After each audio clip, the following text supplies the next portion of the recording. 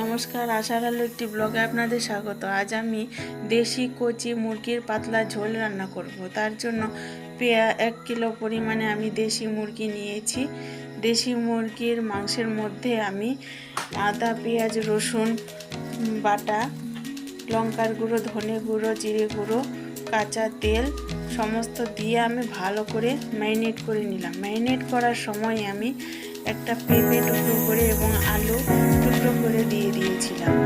দিয়ে ঢেকে রেখেছিলাম 10 মিনিটের মতো। 10 মিনিট পরে আমি কড়াইতে তেল দিয়ে তেলের মধ্যে শুকনো লঙ্কা, তেজপাতা, গোটা জিরে ফোড়ন দিয়ে ম্যারিনেট করা মাংসটা দিয়ে ঢেকে অনেকক্ষণ কষিয়ে নিলাম।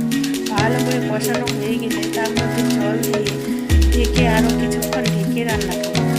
ঢেকে রান্না হওয়ার পরে আলু এবং মাংস সেদ্ধ